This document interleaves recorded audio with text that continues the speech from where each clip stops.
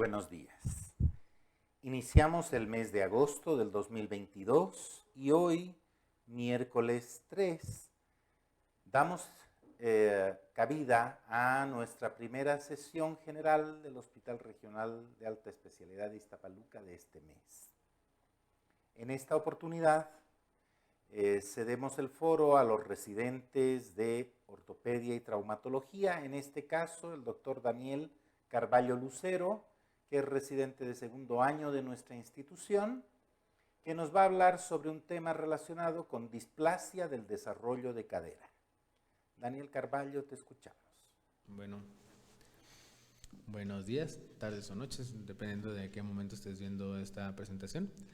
Mi nombre es Daniel Carballo Lucero, soy residente de traumatología y ortopedia en el Hospital Regional de Alta Especialidad de Iztapaluca, del Estado de México. Actualmente estoy cursando el segundo año de la residencia y el día de hoy voy a hablarles sobre una patología que en lo particular considero tal vez un poco subestimada y también muy subdiagnosticada. Vamos a hablar sobre la displasia del desarrollo de la cadera, explicar un tanto de esta, tanto para que la conozcan y tengan una idea un poco más fuerte o más atenta sobre esta. En cuanto a lo que vamos a hablar durante esta presentación, una definición, epidemiología, ver por qué es tan importante o qué es lo que ha cambiado dentro de esta patología, los factores de riesgo que podemos encontrar, intentar evitarlos o intentar encontrar a esta patología debido a estos factores, explicar un poco de la fisiopatología de esta, realizar o conocer cómo se realiza el diagnóstico oportuno de esta patología, el estudios de imagen necesarios o tal vez una comparación entre los que podemos realizar, así como un tratamiento. En cuanto a la definición, en la displasia del desarrollo de la cadera estamos hablando sobre este espectro de anomalías que afectan a la articulación de la cadera durante su crecimiento. Esto nos habla de todos aquellos eventos, ya sea traumáticos o que sean repetitivos, que vayan a hacernos una displasia de la cadera, que vayan a generarnos una displasia durante la formación de esta, mientras que el paciente está creciendo, mientras que su cadera está madurando, y estos vayan a interrumpir o más bien a afectar este desarrollo. Anteriormente era conocida como luxación congénita de cadera, sin embargo este término estaba bastante en desuso debido a que esta patología no es únicamente una luxación congénita, es tal vez sí un grado de esta displasia y es el peor de los grados, pero no es todo lo que podemos hablar sobre una luxación, o sea, sobre una displasia del desarrollo de la cadera. En cuanto a la epidemiología, aquí podemos encontrar que hay una variable bastante grande, debido a que dependiendo del estudio en el que busquemos o el libro en el que busquemos, podemos encontrar un rango de 1.6 a 28 hasta 50 casos por cada 1000 nacidos vivos. ¿Qué pasa? ¿Por qué hay tanta variación? ¿Por qué cambia tanto de un lado a otro? Bueno, hay que tener en cuenta de que realmente el grupo étnico sí es bastante importante. Hay grupos, razas, en las que sí es un poco más prevalente esta patología, así como otras en las que aparentemente están un poco protegidas o tienen una incidencia mucho menor. ¿Qué pasa o qué es importante de estos reportes? La edad al momento del estudio. No están estandarizados como tal, no tienen un reglamento, no es algo que tú puedas decir está totalmente censado y en todos los países, de todos los estudios es el misma forma de calificarlos, de encontrarlo, porque el tamiz utilizado también es de suma importancia, debido a que si en el estudio te está hablando de las displasias congénitas, displasia del desarrollo solamente con una exploración física y en otro estudio te está hablando con radiografías y en otro estudio con resonancia, pues obviamente va a haber una discrepancia bastante grande. Entonces, ¿qué pasa? Actualmente se sabe y se considera que 1 de cada 50 niños recién nacidos es un paciente que tiene displasia del desarrollo de la cadera de cierto grado, tal vez no una luxación, Pero 1 de cada 50 niños, si se hace un tamiz adecuado, si se hace una edad adecuada, podemos encontrar que existe con displasia del desarrollo de la cadera. En cuanto a los factores de riesgo que hay que valorar, lo más importante es, o más bien, dentro de nos vamos a basar todo, es la disminución del espacio en el útero. Cuando estamos hablando, obviamente, dentro del útero, dentro de la formación de este pequeño. Esto nos condiciona una menor cantidad de espacio libre, hay menos movimientos en la articulación, menos estimulación, así como también el hecho de que haya una aducción de las caderas. Entonces lo que hace es disminuir el contacto de la cabeza del fémur con el acetábulo. Antecedentes familiares. Está bastante relacionado con los antecedentes dentro de la familia, sobre todo si es un pariente de primer grado. Se ve que el riesgo relativo es hasta 14-15, mientras que si es ya un familiar en segundo grado sí baja bastante, a cerca del 1.5 o 2%, digo 2 de riesgo relativo. Que el bebé sea primogénito, este es un punto importante y continúa con la disminución del espacio en el útero. ¿Qué pasa en estos aspectos? El paciente, o más bien la paciente, que sea la mamá, tiene un útero que nunca ha tenido un bebé, que nunca se ha distendido, que nunca se han elongado sus fibras, que nunca ha tenido sus contracciones, que no ha tenido pues gestación en ningún momento. Entonces este útero es no más chico, pero sí menos lábil, menos estirable, por lo que hay menos espacio y pues menos campo para el niño.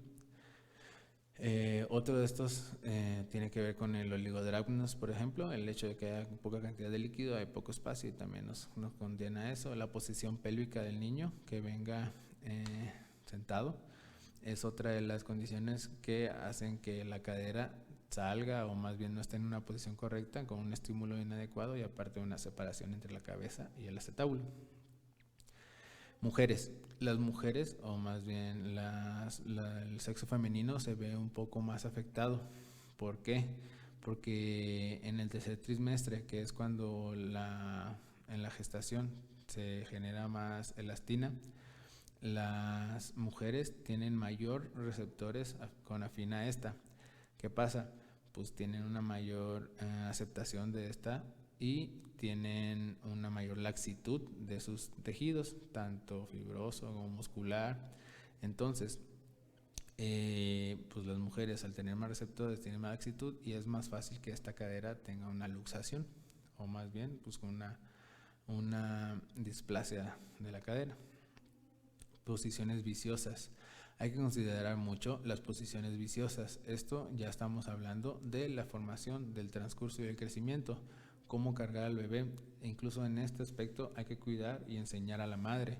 El hecho de que los pacientes no sepan cómo cargar a un niño, que lo envuelvan como taquito, hace que la cadera se abra. O sea, al final de cuentas va a perder ese contacto acetábulo con cabeza del fémur, va a perder ese estímulo y va a tener una disminución en el crecimiento, generando una displasia, ya sea acetabular, femoral, eso hablo más al rato. Los síndromes. También podemos encontrar que hay síndromes que se ven relacionados con la displasia del desarrollo de la cadera. La tortícolis neuromuscular congénita se ve relacionada. 1 a 2 niños por cada 10 nacidos con esta patología llegan a tener una displasia del desarrollo. El metatarsoadducto de 1.5 a 10%, y el PEVAC también se ha visto relacionado a que llegan a tener displasia del desarrollo de la cadera. En cuanto a la fisiopatología, es una patología del crecimiento, de la formación de esta cadera. Inicialmente, pues tenemos acá en la imagen de la izquierda, directamente debajo del título, una cápsula normal, una formación de la cabeza normal, un labro normal, un ligamento redondo normal. Esa sería una cápsula sin ninguna patología. La que sigue a su derecha, ya estamos hablando de un labrum que se encuentra levemente vertido, incluso se podría considerar hipertrófico. ¿Por qué? Porque aquí ya hay un movimiento, si se fijan, El techo del acetábulo está mucho más chico, está disminuido a comparación de la normal. Entonces está cubriendo menos la cabeza, esta cabeza tiende a salirse y está teniendo presión fuera de los lugares normales. El labrum está hipertrófico, está evertido, no está donde debe estar. La cápsula ya se encuentra un poco estirada, elongada, pierde su fuerza, pierde su capacidad de mantener la cadera en su lugar. En la de abajo ya estamos hablando de una subluxación. ¿Qué es esto? Vamos a hablar de una cadera que ya no está en su lugar, pero no está totalmente luxada. Aquí más adelante lo voy a dividir en las que son, pues, están subluxadas, pero ahí están fijas, por así decirlo, y las otras que están subluxadas y son luxables aparte. Entonces aquí ya vemos una cápsula más estirada, un labrum vertido, una cabeza femoral esférica, incluso ya más deformada. Hay un elongamiento del ligamento redondo y el acetábulo, pues simpleza, si lo pueden ver, es como más chico. Hay una degeneración, no hay una formación de esta porque no está teniendo el estímulo que tiene normalmente al tener el contacto con la cabeza del fémur. Y en la última estaríamos hablando de una luxación o lo que se conocía antes como una luxación congénita de cadera. Aquí ya vemos cómo el fémur está totalmente fuera del acetábulo, el labrum está totalmente invertido, incluso muy probablemente esa inversión hace que la cabeza del fémur no pueda volver a entrar al acetábulo, entonces ya nos está impidiendo el regreso. El alongamiento del ligamento redondo, la cápsula está totalmente elongada e incluso el ligamento transverso está desplazado hacia arriba. Entonces, todas estas estructuras, ya hablando de una luxación, interponen, nos dificultan la reducción.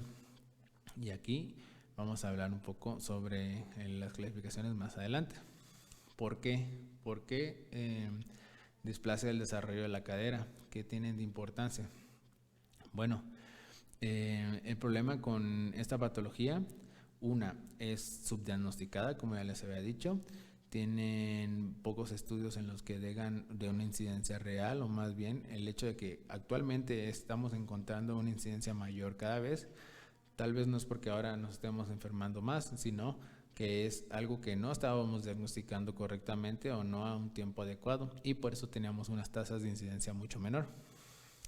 Osteoartrosis. Los pacientes con displasia del desarrollo de la cadera no tienen un adecuado sostén de las cargas, un adecuado transporte de estas. ¿Qué pasa? Tienen un soporte anormal de lo que normalmente la cadera carga.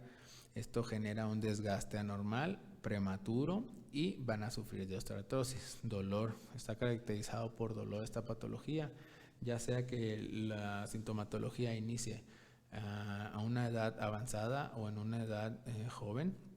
Los pacientes van a cursar con dolor por el hecho de que, pues, la articulación no está como debe ser, los pasos no se dan como deben de ser muchas de las veces, y esto les genera cargas inadecuadas con dolor. Otro de las cargas inadecuadas, pues, va a generar cojera. El hecho de que una extremidad esté más corta que otra puede generar la cojera simplemente por eso. El que el paciente le duela, que no tenga un adecuado soporte, va a terminar generando una escoliosis, tal vez por postura, tal vez por el hecho de cómo se transfieren las cargas, pero genera otras patologías que al final, o muchas veces más bien, terminan siendo las que estamos evaluando sin estar esperando o sin haber buscado una displasia del desarrollo de la cadera. Es por eso que hago énfasis en el reconocer una displasia, en saber que es una displasia, y el por qué estoy dando esta conferencia, y que puedan ustedes tener un punto más claro sobre qué es la displasia del desarrollo de la cadera, y si se puede tener un diagnóstico mejor, precoz, va a haber muchos niños beneficiados. Dolor de espalda derivado de una mala postura, y uno de los puntos, o más bien el que yo considero de los más importantes, es la necesidad de un reemplazo de cadera a corta edad. ¿Qué pasa? Ya estamos hablando de osteoartrosis, estamos hablando de una cadera, de una articulación que no tiene una carga adecuada, que tiene un desgaste prematuro y que posteriormente termina con una prótesis. ¿Por qué? Pues porque tiene un desgaste de la cadera que inusualmente se realizó. Entonces son muchos de los pacientes que llegan a la consulta externa que ni siquiera lo ve el pediatra le hizo Barlow de Ortolani, y dijo, no tiene nada. Luego no sé, él si lo llegó a ver un ortopedista pediátrico, a lo mejor no se le realizó o no tuvo cómo hacerlo un ultrasonido, una radiografía.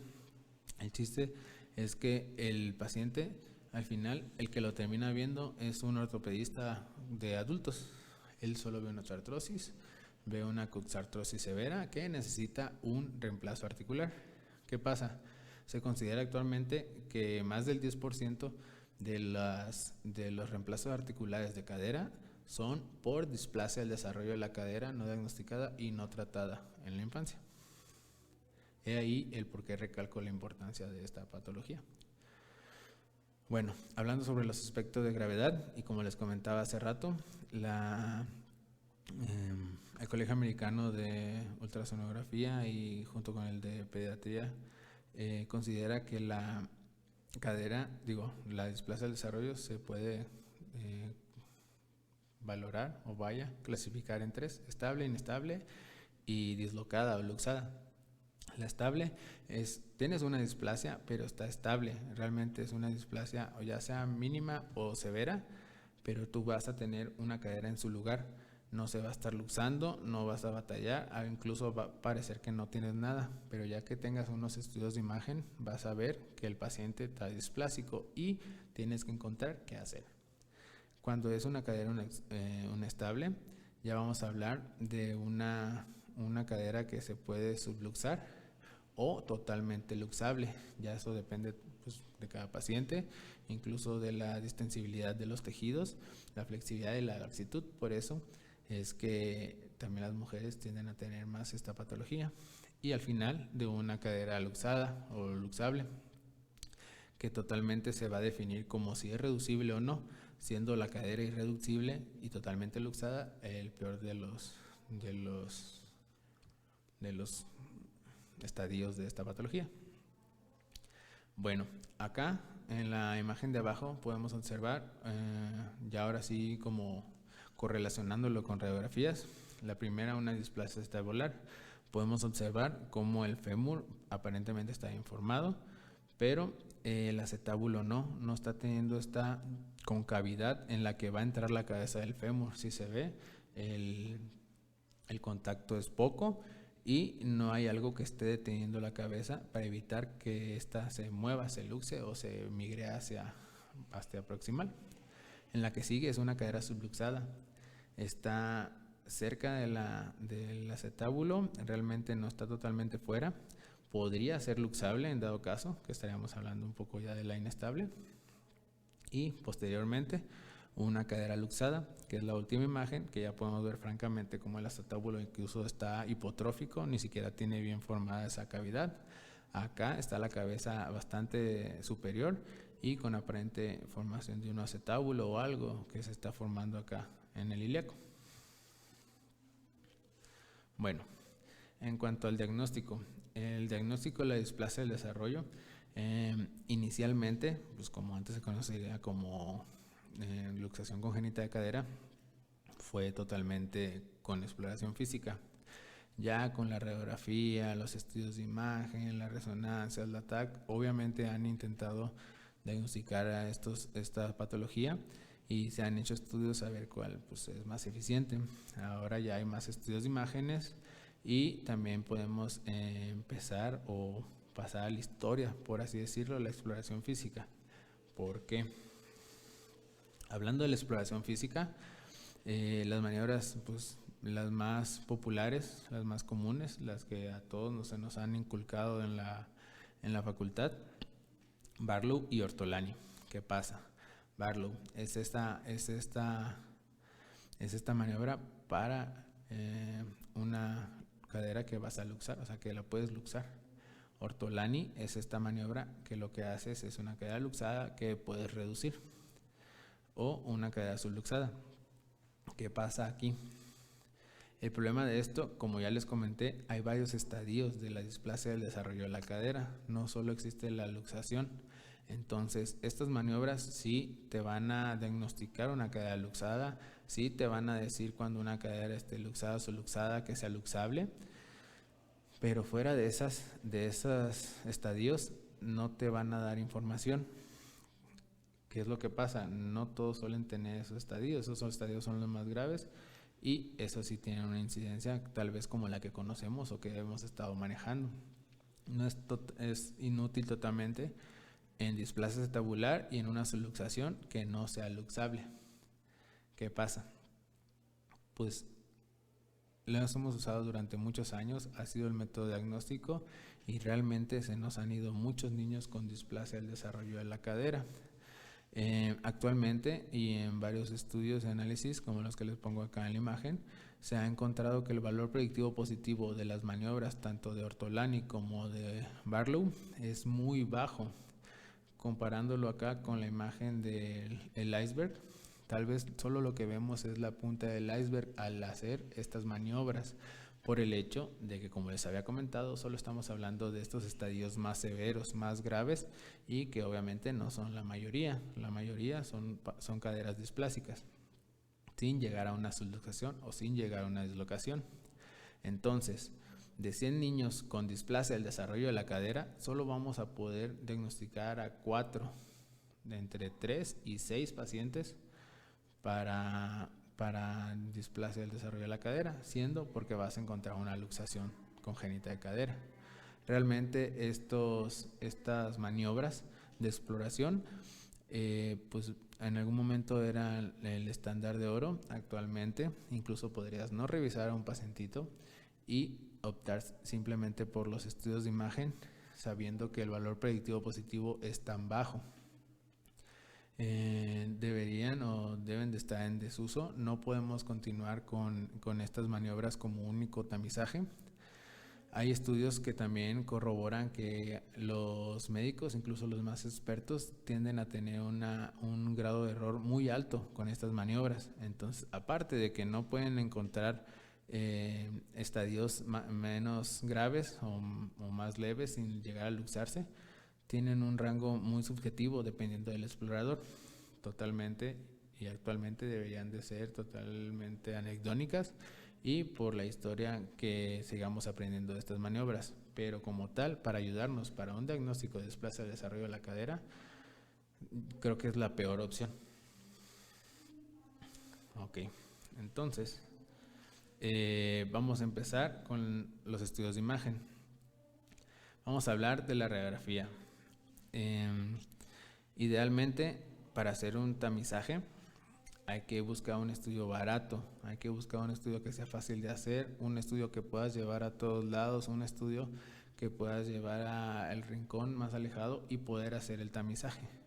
Por lo mismo, y porque realmente los grados de eficacia de tomografía y resonancia no son los mejores, no son los óptimos, totalmente no hablaré de ellos. El hecho de que no son los mejores, no son los más baratos y son los más de difícil acceso. Tocaré primeramente radiografías, hablaré del ultrasonido y solamente. Las radiografías. El valor predictivo positivo varía entre el 49 al 69%. Aquí ya estamos hablando de una mayor aceptación, un mayor rango de encontrar niños con displasia, que pues va a ser digo, ya aquí vas a detectar a qué, a 70 niños, a 60 niños de 100, ya no se te van a escapar tantos niños con displasia. Pero ¿qué pasa? Pues las radiografías no son inocuas, entonces los rayos X a los que se expone el niño, las radiografías seriadas que se tienen que hacer, ver si hay progresión o no con cada radiografía, la técnica tomada de la radiografía, que el niño sea muy impaciente y no se mueva, y se mueva y no se mantenga quieto, que la radiografía esté tomada, que el técnico la tome mal, son variables que hacen un poco menos reproducible este estudio. Entonces, es por eso que su valor predictivo positivo tampoco es tan alto, no es totalmente seguro. Y una de las cosas que hay que aclarar es que inicialmente podemos darle uso a partir de los 3 meses de edad. ¿Qué pasa? Entonces, posteriormente voy a hablar un poco más, pero diagnosticar una displasia del desarrollo de la cadera a los 3 meses de edad, ya estás hablando de un diagnóstico casi tardío. Todavía es precoz, todavía es buen momento para hacer tratamiento, pero ¿a qué unidad hospitalaria, en qué institución se realizan estos estudios tan tempranamente? O te puedes asegurar que el paciente tenga su radiografía a los 3 meses de edad. De aquí a que consigas el tratamiento, muchas veces va a pasar más de un mes. Los pacientes no van a tener los recursos o no van a poder conseguirlos. Entonces, realmente los 3 meses de vida para un paciente hacer el diagnóstico no es lo mejor, no es tan temprano. Vaya, hay que intentar buscar un diagnóstico más temprano. Ok, continuando con las radiografías, pues como vemos acá en las imágenes hay varias mediciones. Vamos a hablar un poco más de estas. Para poder hacer el diagnóstico con una radiografía hay que tener mediciones específicas. Hablando principalmente de la línea de Hilger-Rainer o línea H, es esta línea que acá en la radiografía se encuentra rojo, acá en el dibujo es azul, pasa por el borde inferior del cartílago irradiado a nivel del ilio. Este pasa por ambos porque obviamente se supone que tienes una radiografía bien tomada AP, entonces estás trazando la línea H. Posteriormente a ella vamos a hacer distintas líneas que nos pueden ayudar. Una de ellas es la línea de Perkins, es la amarilla en la radiografía o la morada acá en el dibujo. ¿Para qué nos sirve esto? El hecho de hacer una línea de Perkins que la vas a trazar a nivel de la cara lateral del acetábulo, o sea, la porción más distal, tangencialmente al acetábulo, es para dividir en cuadrantes la cadera. Aquí ya vamos a estar hablando de los cuadrantes de Putin y estos nos ayudan sobre todo para la luxación congénita de cadera en algún momento. Ya ahorita, pues obviamente la displasia como tal no te la puede dar el hecho de que esté solamente en el grado 1. Ahí abajo se encuentra la clasificación de Tonis que se utiliza con los cuadrantes de Putin, y la cadera normal se considera cuando el núcleo de osificación o la cabeza del fémur se encuentra en el cuadrante inferior interno, como se muestra en el grado 1. Eso sería una cadera normal. Aquí estamos considerando, pues realmente no se considera tanto la angulación del acetábulo, no estamos viendo si hay una displasia acetabular, entonces principalmente hablamos más de una luxación. Vas buscando que entre más fuera, entre más externo superior estén los cuadrantes, más grave sería la displasia de este paciente. Otra medida a tomar para todo paciente pediátrico, pues es el índice acetabular. Acá lo tenemos marcado, si lo ven. En el lado derecho pues es un índice acetabular mayor a 30 grados, en el lado izquierdo menor a 30 grados. Aquí ya podemos y estamos dando la idea de una diferencia entre una displasia y una cadera normal. En los al menos en los 3 meses de edad, un ángulo menor a 30 grados se considera normal. Lo ideal es que tengan un ángulo menor a 22, 20 grados, dependiendo de la bibliografía, antes de los 12 meses de vida. Entonces, ¿podemos darle seguimiento con la radiografía? Claro que sí. El hecho que puede afectar que la toma una esté ladeada, la otra no, pues sí nos puede variar los ángulos. Pero que nosotros tengamos un ángulo mayor a 30 grados ya nos está hablando de una displasia del desarrollo, sobre todo una displasia acetabular. Entonces aquí hay que iniciar principalmente pues con el tratamiento conservador. Idealmente a los niños no los diagnosticamos totalmente con displasia con la primera radiografía, tal vez con el seguimiento y ver cómo crecen, ver cómo mejora esta cadera. Otra de las líneas a tomar en cuenta sería la línea de Shelton, que es acá en el dibujo, no la tenemos en la radiografía, pero es esta línea que sale del cuello del fémur y también pasa por el borde inferior de la rama iliopúbica. Entonces, esta línea verde de este lado, que de hecho la cadera azul es la que está patológica, se observa cómo se pierde la continuidad de la línea de Shelton, se observa cómo el índice acetabular es mayor a 30 grados y cómo está fuera del cuadrante de Putin. Okay. Ahora, vamos a hablar del ultrasonido. Ya hablamos de la radiografía, ahora vamos a hablar del ultrasonido. ¿Qué pasa? Actualmente este debería ser considerado como el gold standard en el diagnóstico de displasia del desarrollo de la cadera. ¿Por qué? Porque se ha encontrado, hay bibliografía y se sigue apoyando que el valor predictivo positivo es mayor al 95%. En distintas series se puede encontrar que es del 90%, otras del 98% incluso. Entonces se considera que es mayor al 95%. ¿Qué ventajas tiene el ultrasonido? pues no emite radiación. Esa es tal vez una de las principales. Es un estudio inocuo, no le causa dolor o molestias al bebé. Y otra de las cosas buenas es que nos da una imagen tanto estática como dinámica. Realmente la radiografía nos está dando una imagen estática, no nos puede dar una imagen dinámica. En el ultrasonido pues podemos congelar la imagen, podemos seguir haciendo con el ultrasonido ver una imagen dinámica. Esto nos ayuda, pues podemos observar el movimiento de la cadera, incluso podemos llegar a realizar maniobras que intenten luxar la cadera y ver si la estabilidad existe, si no se luxa, si se mueve, si hay algo que se elonga, si hay algo que está demasiado lábil dentro de esa cadera con el ultrasonido. Podemos ver el cartílago femoral y el cartílago acetabular. ¿A qué vamos con esto? En la radiografía solo podemos observar casi pura materia ósea, densidad ósea.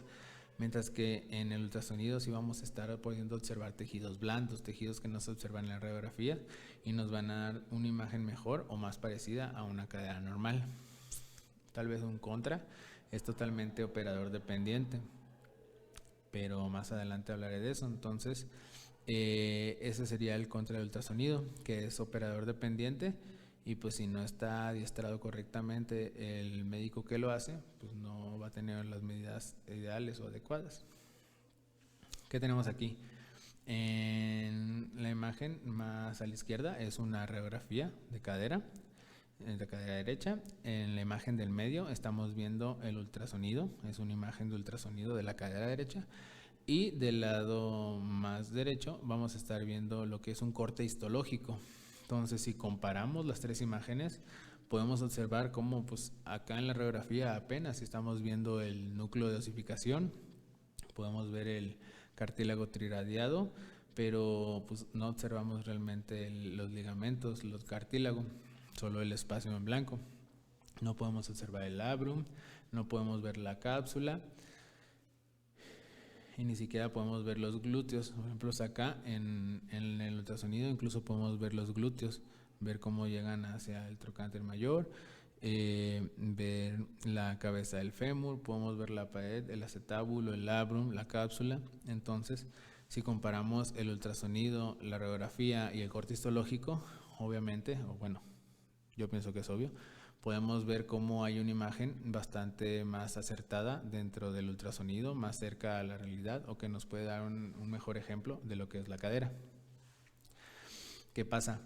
Bueno, hablando del ultrasonido como método diagnóstico para displasia del desarrollo de la cadera, esto inició en 1980. El Dr. Graf fue el que inició con estos estudios y inició principalmente con un corte coronal, un corte estático, que es la imagen que mostré anteriormente.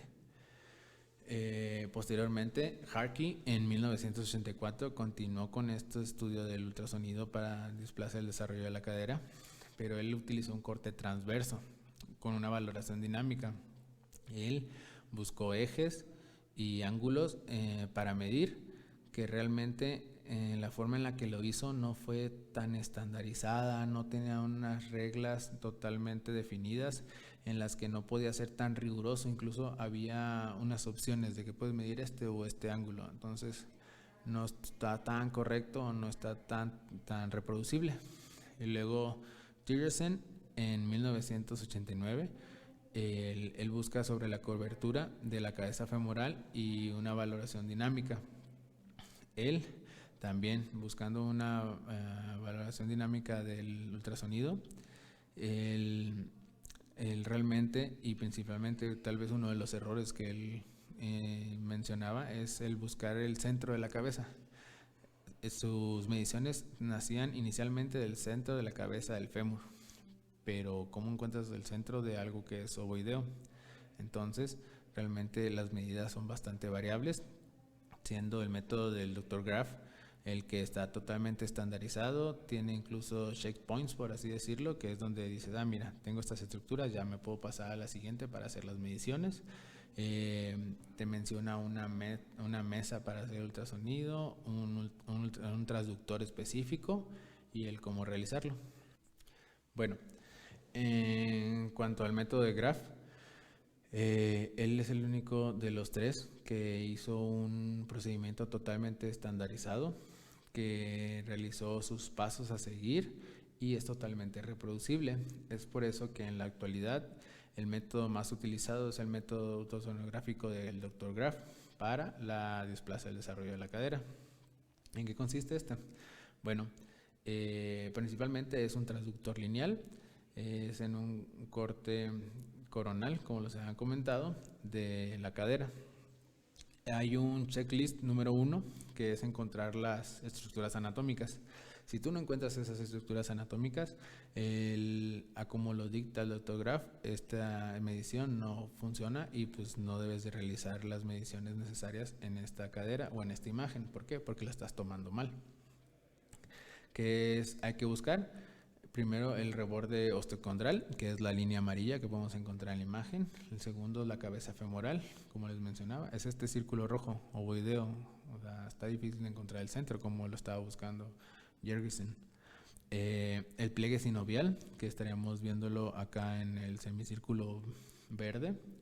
La cápsula, que estaríamos hablando de la línea anaranjada. El labrum, que sería el triángulo azul. El cartílago, estaríamos hablando de la línea morada, y el techo óseo, ahí estaríamos hablando de la pared del ilíaco. Entonces, siendo este el primer checklist, si tú no encuentras estas estructuras anatómicas, tú no puedes pasar a hacer la medición de los ángulos que nos dijo el Dr. Graf. Entonces, tienes que hacer una correcta imagen. Si tú no tienes esa imagen, estás haciendo mala medición y obviamente lo que te vaya a salir no es totalmente verdadero. Entonces, en el segundo checklist, es 13 referencias específicas. Vamos a hablar de un lower limb. ¿Qué es el lower limb?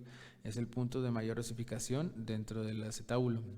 En este momento, y si vemos la imagen, es el punto que está más distal a la línea roja. Ese es el lower limb. Luego vamos a buscar lo que es el labrum. El labrum, pues ya lo habíamos visto anteriormente como el triángulo azul, ahí está marcado. Y el ilíaco tenemos que encontrarlo en una posición recta, lo que nos genera pues una adecuada medición. Entonces vamos a marcar una línea a través del ilíaco, luego una línea que vaya desde el lower limb a cruzar hacia el borde y el final del hueso ilíaco. Ese nos va a estar dando el ángulo alfa. Posterior vamos a hacer el ángulo beta, que sería desde el labrum hacia el turning point, que tal vez aquí no lo tengo mencionado, pero es el segundo punto amarillo, es el punto que está más cerca de la línea roja. Así ya vamos a tener nuestras mediciones, teniendo y sabiendo que un ángulo alfa mayor o igual a 60 grados nos estaría hablando de una cadera totalmente normal y sin displasia, sin ningún tipo de displasia.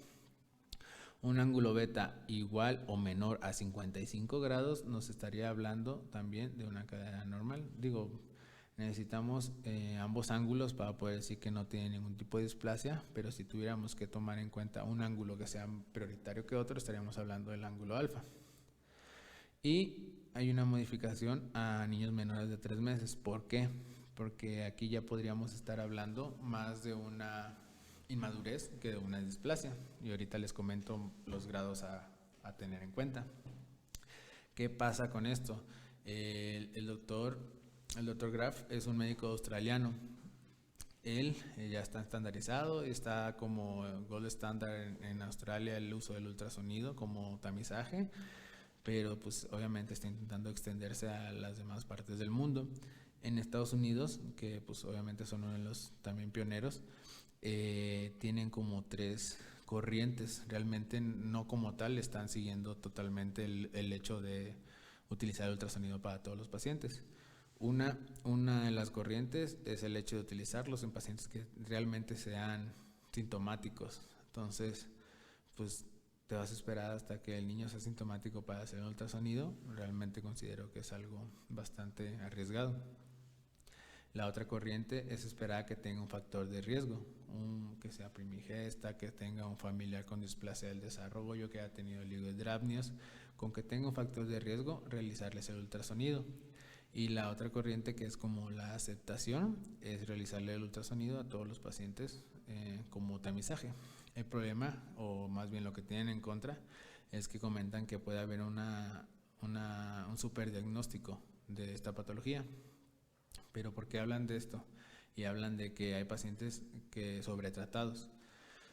Porque para considerar un paciente que no necesita tratamiento, estaremos hablando ya en su clasificación del tipo 2A. Si podemos ver en la tablita, inicialmente eran 3 tipos, que es lo que habla del 1, 2 y el 3 y 4. Es el alfa mayor a 60, es tipo 1, de 43 a 59 tipo 2 y menor a 43 ya es tipo 3 y 4.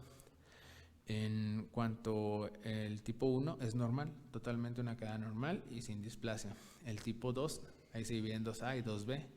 En 2A, hablando sobre un ángulo de 50 a 49 grados del alfa y del beta menor a 73, pero con menor a 3 meses el paciente. ¿Qué pasa? Aquí todavía podemos considerar que el paciente es inmaduro y que esa cadera no es displásica. Estos son los pacientes que se estaban saliendo del rango en el que los estadounidenses llegaban a comentar que era un sobretratamiento. Pero el doctor Graf específicamente dice que estos no hay que tratarlos. Entonces, luego llegando al 2B y en adelante, ya todos estos padecimientos ya son un grado de displasia, ya sea mínima, subluxación o luxación. Entonces, estos ya hay que utilizar algún tipo de tratamiento, dependiendo obviamente de la edad. ¿Qué pasa con el ultrasonido? Idealmente, y se puede hacer desde recién nacidos, se comenta que tiene un uso, o más bien se puede realizar hasta los 6 meses de vida. Eso depende totalmente del niño. Si el niño es muy grande, si está muy gordito, si ya empezó con la osificación de la cabeza del fémur, entonces eso nos va a limitar mucho la utilización del ultrasonido, que más o menos viene dando desde el nacimiento hasta los 6 meses. Posterior a eso vamos a seguir utilizando ahora sí que la radiografía, ya no podemos seguir utilizando el ultrasonido. Hay pacientes que hasta dentro de los 3 o 4 meses ya no podemos utilizar el ultrasonido. Entonces, este es un estudio que se hizo en Inglaterra solo como para demostrar los costos de una detección tardía en la displasia de cadera. ¿Qué pasa? Pues obviamente solo corté una tabla, pero nos habla sobre los costos por niño con displasia del desarrollo de la cadera con una presentación tardía. Pero obviamente nos habla si hacemos o no tamizaje. Por ejemplo, en el tratamiento o la modalidad, un niño normal. Si le hacemos tamizaje, que es ultrasonido, y es normal totalmente, nos va a terminar dando un costo de 22 libras. Ultrasonido, niño normal. Si llega con una necesidad de tratamiento de Public, con un diagnóstico temprano, el costo total va a las 600 libras. Digo, tal vez sí se incrementó, pero no tiene nada que ver con la diferencia del costo que va a tener si llega al tratamiento quirúrgico. En cuanto a la presentación tardía y con requerimiento de un tratamiento quirúrgico, ya nos estamos elevando el precio hasta un 4.351 libras. Mientras que si en caso de que tengamos igual una presentación temprana, pero con una falla en el arnés de Public, terminando con el uso de cirugía, pues sí se elevan mucho los costos hasta los 7.000 libras. Digo, ya ahora sigue convirtiéndola a pesos o dólares, pues se puede ver mínimo el gran cambio de no hacer el diagnóstico, que sería de gastarnos 4.000 libras a solo haber hecho un ultrasonido y haber sido 22. O sea, ¿cuántos pacientes pudiste haber hecho ese ultrasonido con el costo que te costó la cirugía de un solo paciente? Bueno, entonces, en cuanto al tratamiento, se divide mucho en edad, en qué vamos a hacer, y realmente algo que hay que dejar en claro como hablar es que el tratamiento para la displasia congénita, displasia del desarrollo de la cadera, entre antes se trate, entre el tratamiento sea precoz, va a haber un mejor resultado, así como también cuando hay tratamientos quirúrgicos, entre más más grande sea el paciente, el tratamiento quirúrgico es un poco más agresivo, un poco más cruento, lo cual condiciona y no mejor resultado, sino que tal vez podría decirse que hay una mayor mortalidad para los pacientes. Mortalidad no tanto, pero morbilidad sí. Incluso, pues, si ni siquiera les puedes asegurar que hay una mejoría absoluta. El tratamiento ideal es el tratamiento inicial, sería el arnés de Pavlik. Este condiciona una tasa de éxito cercana al 98% y tiene un punto clave, por así decirlo. Aquí importa mucho la detección. Si se hace la detección antes de los 4 meses o después de los 4 meses, o más bien el inicio del tratamiento. Podemos observar que hay un margen terapéutico enorme. En el primer recuadro es un paciente que se diagnosticó antes de los 4 meses e inició con el arnés de Pavlik antes de los 4 meses, teniendo resultados de subluxaciones con un 98% de éxito. Y con las caderas luxadas, que sería pues la displasia en su grado más severo, con hasta un 90% de éxito. Nos habla de un rango totalmente bueno para un tratamiento conservador. En cambio, si lo traspolamos a pacientes que empezaron el uso del arnés de Pavlik después de los 4 meses, vemos que un resultado de la subluxación llega a un 73%. No está tan mal, pero considerando una baja de 25% de efectividad, pues realmente son muchos niños a los que vamos a necesitar otro tratamiento. Mientras que si ya estamos hablando de una cadera luxada, o sea, un estadio más grave, tenemos solo un 2.1% de efectividad, lo que condiciona que el uso del arnés de Pavlik antes de los 4 meses y el diagnóstico antes de los 4 meses, como les comentaba, es totalmente un punto clave en el que tenemos que, si se puede, trabajar para poder diagnosticarlos y tratarlos tempranamente, debido a que, como les comentaba, cada vez el tratamiento es tal vez un poco más agresivo. Considerando que tienes un niño entre los 6 y los 18 meses, el arnés de Pavlik no funcionó, o lo acabas de diagnosticar y ya está viniendo las cuentas anteriores, pues es una cadera luxada, por ejemplo. ¿Qué se hace? Inicialmente se hace una miotomía de abductores, una tenotomía de psoas y una reducción cerrada con una fijación en una zona segura. ¿Qué pasa? Pues hacemos que la cadera obviamente tenga un contacto, básicamente la estamos obligando a eso, y le ponemos un aparato de yeso. La zona segura es esta verde de la imagen, para que no haya ni riesgo de luxación ni riesgo de necrosis avascular. Hay que mantener la cadera de 45 a 60 grados de abducción y 90 de flexión, que es como la imagen que se encuentra acá. Es un aparato de yeso que se les coloca y este hay que cambiárselo cada 6 semanas debido al crecimiento del niño. Suponiendo que la reducción cerrada fue fallida, existe una que es reducción abierta, es el abordaje de Ludolf, y pues hay que tener mucha adherencia y cuidado de la cápsula. Realmente pues lo que hacemos aquí es asegurarnos que nada de los tejidos, ya sea el labrum, ya sea el ligamento redondo o ya sea el transverso que se trasloca, no se esté interrumpiendo, y por eso es que haya fallado la cerrada. Como tal, tampoco es tan agresiva como las demás, incluso se hace un corte del ligamento transverso y nos aseguramos que el acetábulo esté dentro que la cabeza del fémur esté dentro del acetábulo. ¿Qué pasa? Aquí ya cada vez es un poco más agresivo el tratamiento. Entonces, de los 18 a los 36 meses va a ser la reducción abierta.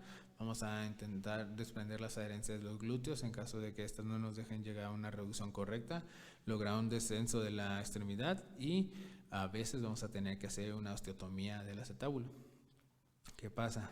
Como pueden ver, esta imagen es una niña tratada es un paciente en ambas imágenes. Acá se encuentra con su luxación y acá ya se le realizó su osteotomía, se colocaron clavillos y, si se puede observar, tiene su fijación externa, si tiene su abducción en su zona segura. Entonces aquí pues ya, si lo pueden ver, es un poco más agresiva, más violenta. Aquí hay ejemplos de osteotomías, Salter, Daga, Pemberton, son algunas de ellas. Realmente depende del cirujano y de lo que busque para el tratamiento, pero eso sería otro tema totalmente. Incluso podríamos hacer otra clase completa de eso, pero no es el tema, el chiste es la displasia.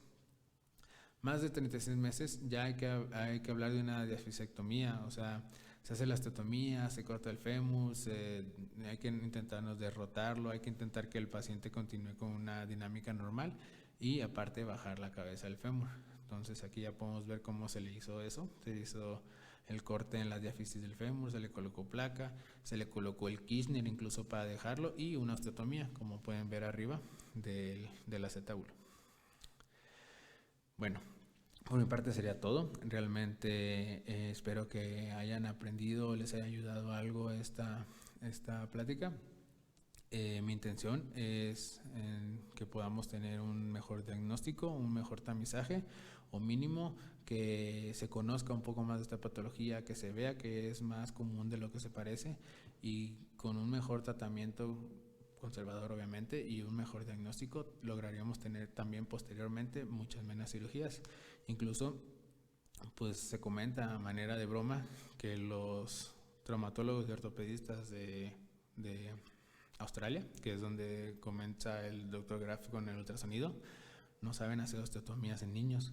¿Por qué? Porque los tratan de manera inicial con tratamiento conservador, con arnés de Pavlik y no necesitan llegar al tratamiento quirúrgico. Bueno, por mi parte sería todo. Muchas gracias. Agradecemos la presentación del doctor Daniel Carvalho, residente de segundo año de Ortopedia y Traumatología de nuestro hospital. Le damos una constancia de su participación en nuestra sesión general y a toda nuestra audiencia les invitamos a sintonizarnos el próximo miércoles a esta misma hora por esta vía virtual de YouTube en un nuevo ciclo de sesión académica y general del Hospital Regional de Alta Especialidad de Iztapaluca. Que tengan buenos días.